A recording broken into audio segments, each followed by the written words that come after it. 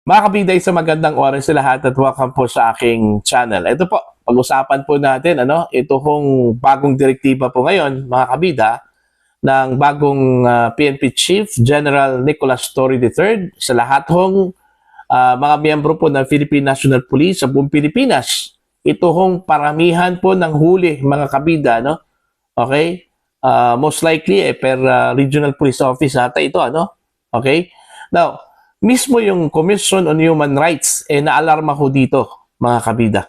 Ito, pakinggan muna natin, ito hong naging pahayag po, ni General Nicolas Torre III.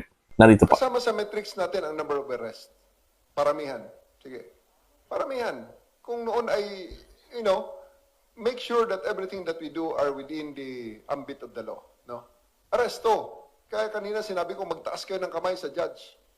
Kasi kung talagang magaling kang pulis, hindi ka papayag na yung kriminal na yan, they're going scot-free. And there's only one way of doing that. Arestuhin mo sila, dalhin mo sa huskado. Dadaan ka sa piskalya, taas mo ang kamay mo, sasabihin mo, ito ebidensya ko. Kumbinsin mo ang piskalya. Those are the things that primarily will be the metrics of performance of individual policemen. No? Sir, hindi kaya maabuso naman din ito dahil baka yung iba, dahil sa paramihan, ay mang-aresto na kahit itinuro lang at walang sapat na batayan? Yan ang ating napakagandang tanong. Tandaan natin, yung mga tao na inaresto mo, hindi mo binaril, hindi mo pinatay. Buhay yan. Andyan ang human rights. Andyan ang media. Andyan ang mga abogado. Ay pag magreklamo yan, dito ka naman babalik sa loob ng internal disciplinary machinery. Andyan ang Internal Affairs Service. Iimbestigahan, titingnan kung tama ang iyong ginawa. Okay?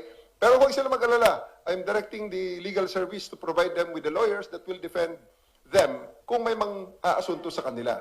So, legal service will be providing them with legal assistance. Yun naman ang metrics ng aking mga abogado dyan sa legal service. Paramihan naman ang panalong kaso. Depensahan nila ang mga pulis. Pag gumawa ang pulis ng trabaho niya, natural ho yan. Ang pulis kasi, I would like to believe na most of the time, kalahati talaga ng mga partidos na pinapakialaman ng pulis ay galit sa pulis. Kalahati ay masaya. Bakit?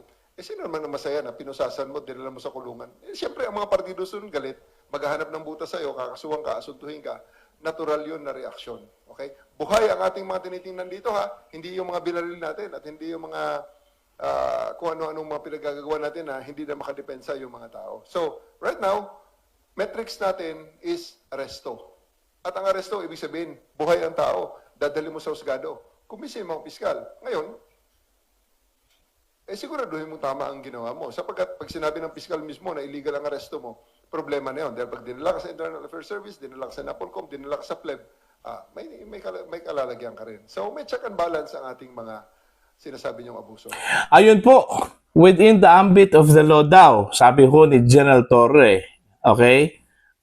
Susundin ng mga pulis yung guidelines kung paano ho arestuhin ito hong mga suspected criminals, mga kabida. Pero medyo duda po dito, ito hong Commission on Human Rights, mga kabida, dito sa posible hong magamit ho sa pang-aabuso, ito hong bagong kautusan, ng bagong Chief PNP, mga kabida. Eto, babasahin ko lang po ito pong balita mula sa GMA News Online, Ang sabi po dito, CHR alarm over new PNP Chief's directive on number of arrests linked to illegal drugs, mga kabida. Ito posted po ito kahapon po, mga kabida, June 2, 2025. The Commission on Human Rights, o CHR, expressed concern over the directives of Police Major General Nicolas Torre III, the new Philippine National Police Chief, that among the measures of the performance of police personnel is the number of arrests linked to illegal drugs. Okay? Ang sabi ho dito, mga kabida, kasama na sa matrix natin ang number of arrests. Paramihan? Sige, paramihan. Okay? We will check who will have the most number of arrests. He added that this will be how a police personnel's performance is evaluated in the PNP's campaign against illegal drugs. Pero ang sabi po ng Commission on Human Rights po, mga kabida, medyo naalarma po kami dito sa Commission on Human Rights doon sa statement na iyon. Kasi kami po dito, ang panuntunan natin is hindi po dapat pwedeng maging sukatan ang paramihan ng huli. Kung hindi, ang dapat na maging sukatan ay tama ba yung proseso ng panghuhuli. Yung tao bang iyon ay nagko-commit ng crime at kaya siya hinuli? Commission on Human Rights Commissioner Beda Epres said. Ayun. So mismo yung CHR nababahala ho dito, ano? Mga kabida, how much more ito hong mga civilian. Okay? Kasi pwede ho itong abusuhin po mga kabida ng mga pulis, ano? Lalong-lalo na po ito hong mga pulis na sinasabi ho nilang scalawags, mga sindikato, ano? Mga kabida, hindi ho natin maiiwasan yan. Meron yang mga sindikato dyan sa PNP, ano? Mga kabida. Lalong-lalo na po yung mga pulis na gusto hong makuha yung promotion, ano? Kagad. Okay? Although may sinabi po si General Torre na meron po silang safeguards dyan, ano? Binabantayan po nila yan, ano? Mga kabida. Meron pong venue kung saan pwede hong magreklamo ito hong mga subjects, okay? Doon ho sa illegal arrest. Okay, mga kabida. Tandaan po natin, ano, dito ho sa pang-aaresto po mga kabida, kailangan talaga ng warrant of arrest ho dito. Hindi ho pwedeng mang-aaresto lang po itong mga pulis kahit na walang warrant of arrest. Unless, okay, dito ho sa tatlong mga instances po mga kabida, pwede hong manghuli ang mga pulis na walang warrant of arrest. Ano po? Ano po ito? Unang-una po, when a person committed a crime, ito po ay caught on the act, ha, mga kabida, no?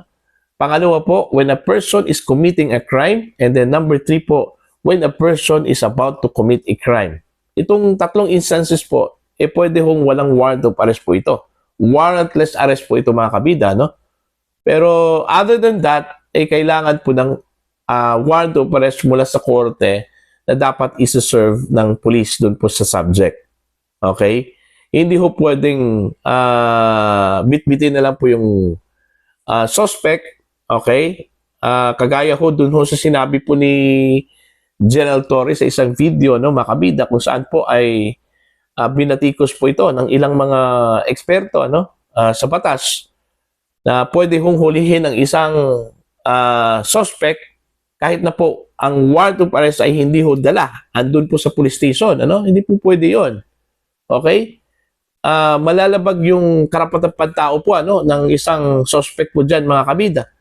Kasi dapat pag arestuhin po yung isang tao, kailangan bit-bit yung warrant of arrest, isi-serve you doon sa tao na inaresto po, ano, mga kabida. At pagkatapos, babasahan po siya ng Miranda rights. Yung kanya hong karapatang malaman doon ho sa asunto na kanya hong kinakaharap po, ano, at karapatang mamili po ng abogado, okay? At karapatang manahimik po mga kabida. Okay? So yun yung mga dapat tandaan po ng mga pulis. Okay? Ang sa akin lang po baka maabuso po ito, ano? Hindi talaga may iwasan po mga kabida na maabuso po ito kasi ho. Yun nga kumbaga, ito po'y magiging sukatan po sa kanila pong performance, promotion, ano? Individually. Although ito po ay pagbabasihan ho, most likely per regional police office, ano? Mga kabida. Pero when it comes to personal promotion, okay? Ito hong sukatan, mga kabida. Paramihan ho ng huli. Okay? Yun lang yung concern, ano? Lalong-lalo na po ng Commission on Human Rights, baka po gamitin po ito sa hindi ho maganda, mga kabida, no? Tsaka maganda yung punto doon ng CHR, ano? Na hindi ho doon sa paramihan po ng huli ang dapat maging sukatan. Yung papaano ho hinuli ang isang suspect. Kung hinuli ba ito within the ambit of the law, ano? Yun yung dapat maging batayan po mga kabida. Okay? So, sana po magkaroon po ng konkreto na guidelines ito hong PNP. Actually, maganda po itong direktiba na ito, mga kabida. Okay, kasi ito po yung nakikita ho ng gobyerno na paraan po para matigil na po ito hong illegal drug operation dito ho sa Pilipinas, mga kabida. Yun nga, kailangan pong bigyan ho ng magandang guidelines, striktong guidelines para po sundin po ito ng mga pulis. Hindi na lang po basta-basta manghuli po, mga kabida, basta inutos po na manghuli. Paramihan po tayo ng huli, Kumbaga, meron pong quota po ito, mga kabida. How about kung hindi ho ma-meet yung quota? Okay? Kung halimbawa, yung performance po, bawat police station is per month. Yung huli po, dami ho ng huli. Tapos hindi ho ma-meet yung quota. Okay? Paano yan?